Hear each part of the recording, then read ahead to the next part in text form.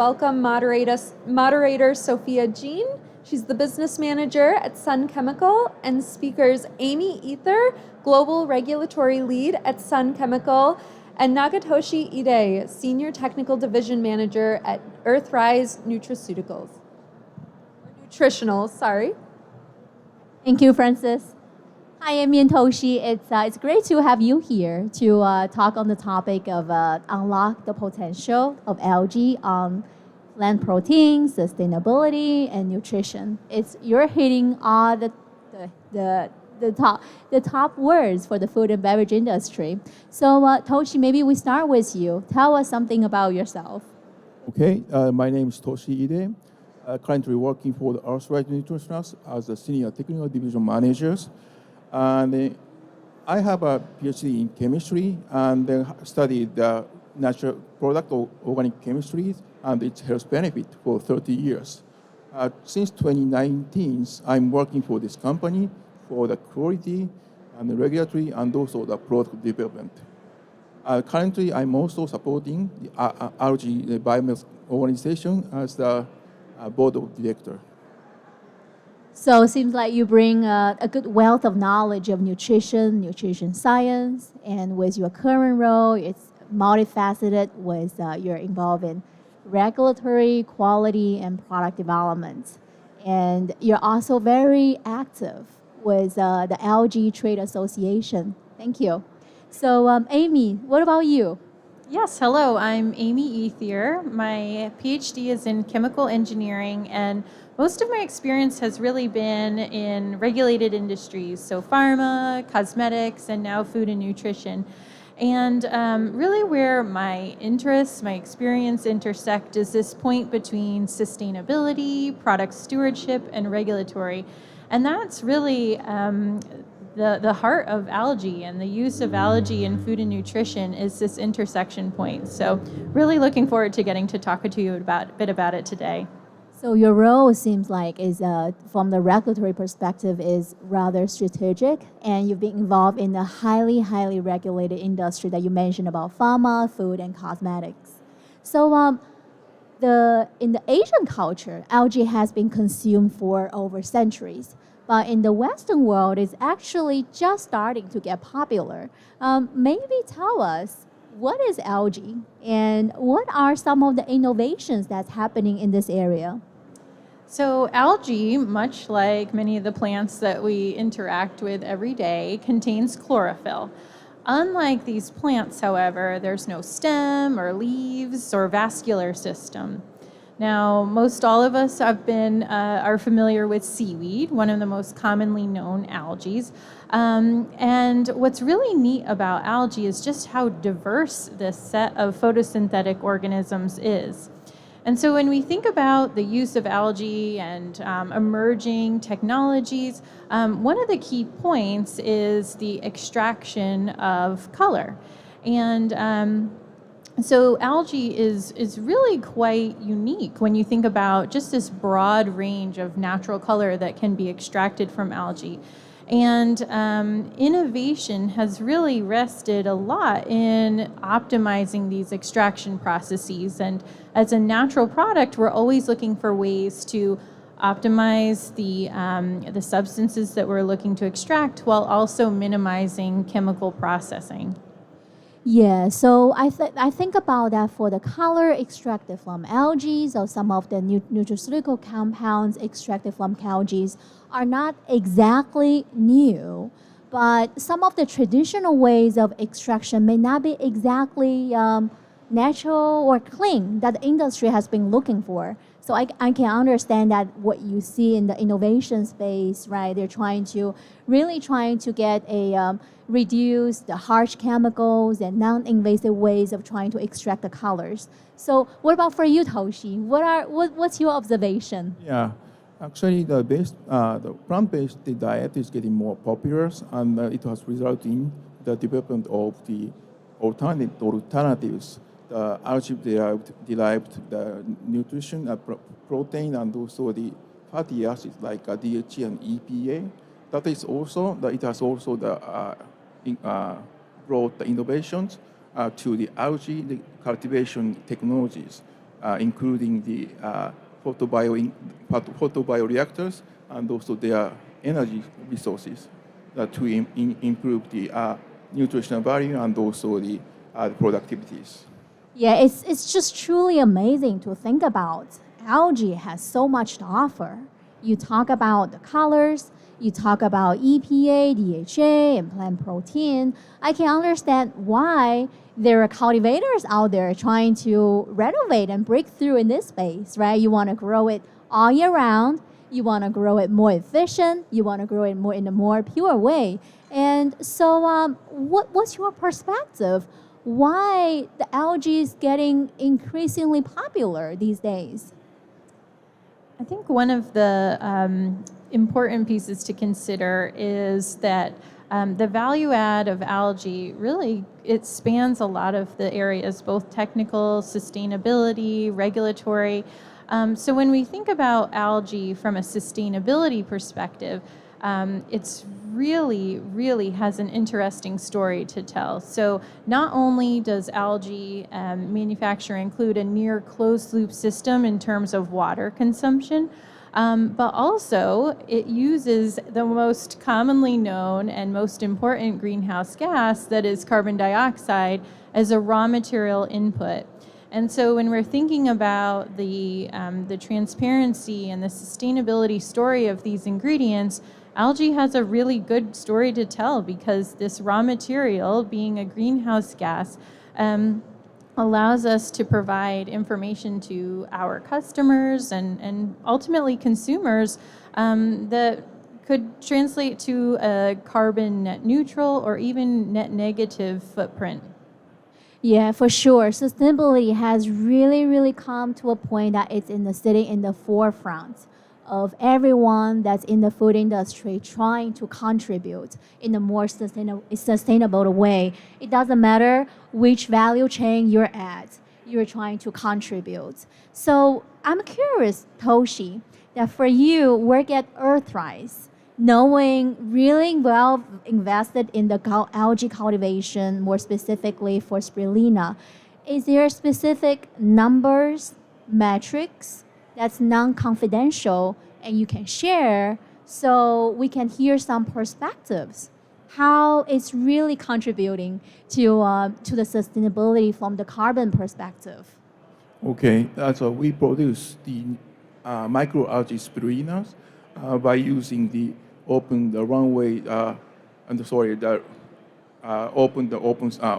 pond systems, and then more than 1,500 metric tons of the carbon dioxide are used per year for the spinner cultivation, and also the more than 50% of the reusable energy source, green energy source are used for the actual production process.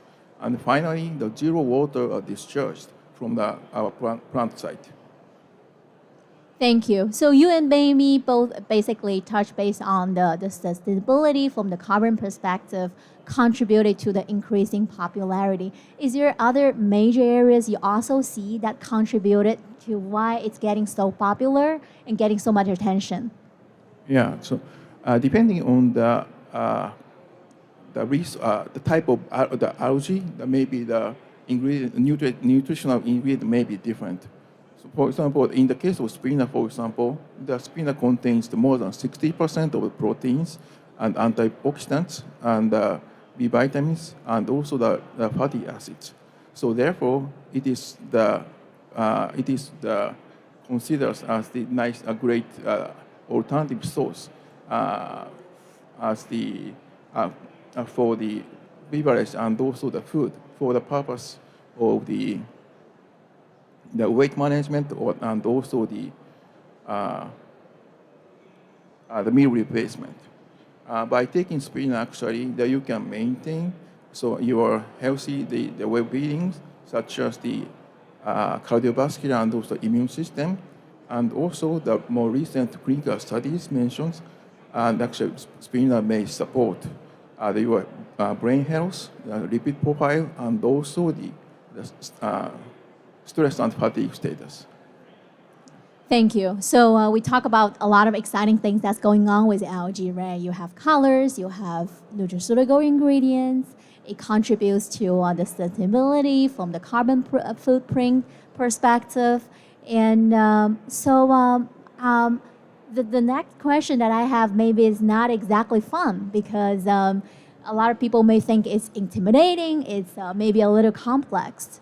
How is USDA and FDA regulating algae as a relatively new material for the industry? Yes, if you have a chance to go to the local grocery stores, probably you can find the USDA organic logo. You can find the USDA logo on the marine products like seaweed and also the kelp. But in the case of the microalgae, actually the situation is a little bit different. So, of course, if you have a chance to go to the local stores, probably you can find the spinner product with the organic logos at the local health food stores. But actually, those products are from the outside U.S. So that means the U.S. companies are currently not allowed to use the USDA organic logos because by the current regulation. So because the current regulation are actually established for the plant, for the plant, not for the aquacultures. So that means that I would say the current USDA, the organic program may mislead the consumer or the customers, I think. And then, actually, I'm strongly looking at the current regulation, but hopefully USDA will reconsider the current status, and also that we will be able to use the USDA organic law in the near future. It's really intriguing to hear that as someone, for me, have no regulatory background, I would be thinking and looking at USDA to come up really crystal clear guidelines when there are certain labels out there. But actually, this topic is so complex and there's so many nuances in there. And I think from the information you have shared, there's actually an opportunity for the industry to come together and come up and work together, come up with a true aquaculture, organic labeling criteria, and really create a material and can pass on to the consumers is in alignment with the conception of better for you from organic perspective. And so Amy, Toshi has shared about some of the complexities and maybe of ambiguities in the organic labeling from the USDA perspective. What's your experience with maybe FDA and more specifically algae and algae colors from algae? Yeah, so with the FDA and really any regional regulatory body, Europe, Asia, there are very strict guidelines about the use of anything that imparts color into food, into cosmetics, pharmaceuticals.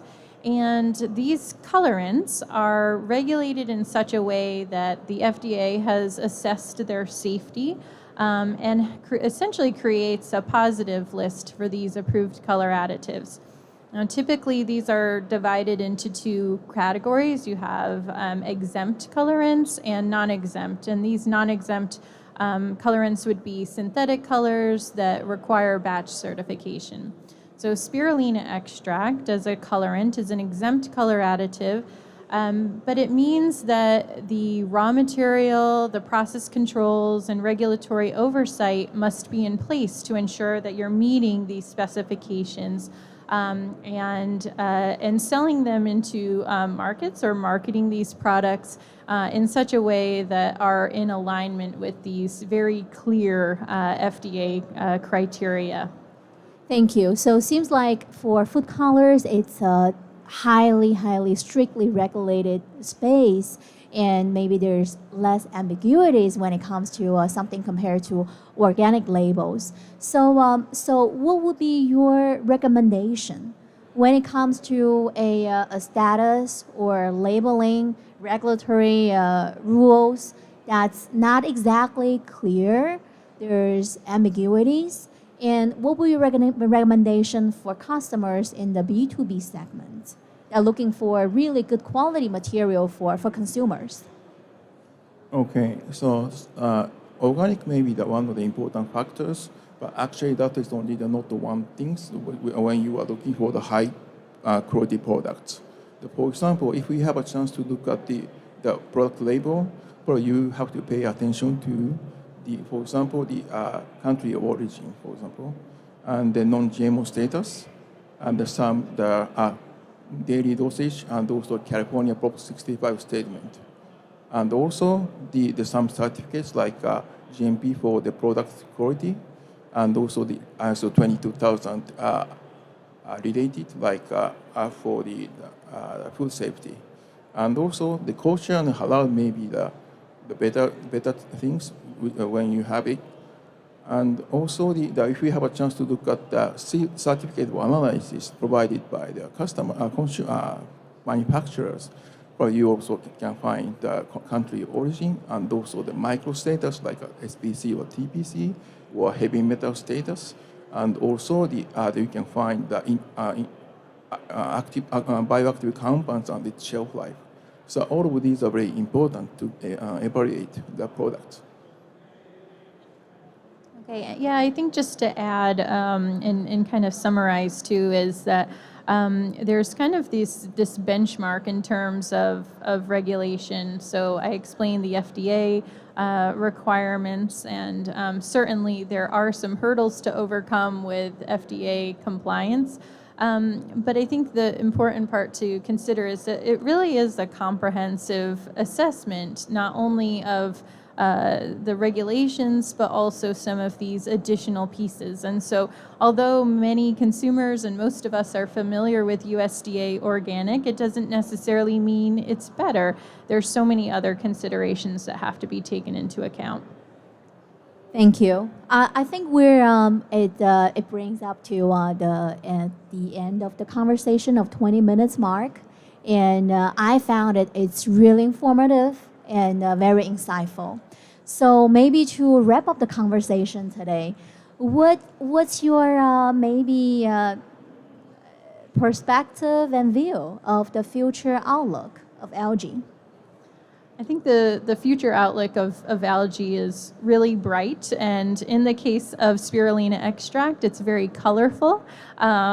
It's a topic that really does respond to some of these emerging regulatory changes, the legislation that we're seeing, both state-specific and regionally. And certainly when we look at all of these combined aspects around the use of algae and what people are looking for in their food, whether it be transparency in ingredients, the sustainability story, the health benefits, algae is really something that we see as a front runner, as something critical. Yeah, so algae is the eco-friendly and sustainable superfood. But according to the One Market report, the global algae market will grow from 5 to 7 billion US dollars by 2028. And also the annual growth rate will be 6%. So as a manufacturers from our side, so we have to lead the consumer and customers to the right directions by providing the right information and also the high quality product. That is the comment from my side. Thank you. It's we're exactly at the 19 minutes mark right now. We can end the interview right now, and we can open the floor and take questions from the audience. Do you have any questions?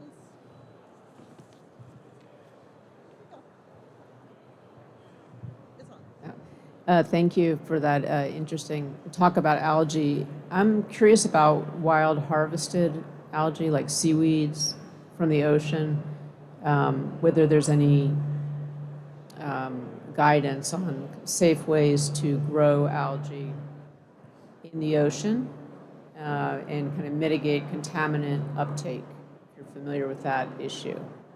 Thank you. Yeah, I think some of the algae from the ocean is already accepted for the as the USDA wanting the certificates because it is accepted as the wild crop the categories. That is a little different from the microalgae status as a little bit, and also that is the one of the important things that as you already accepted you the USDA actually. Yeah.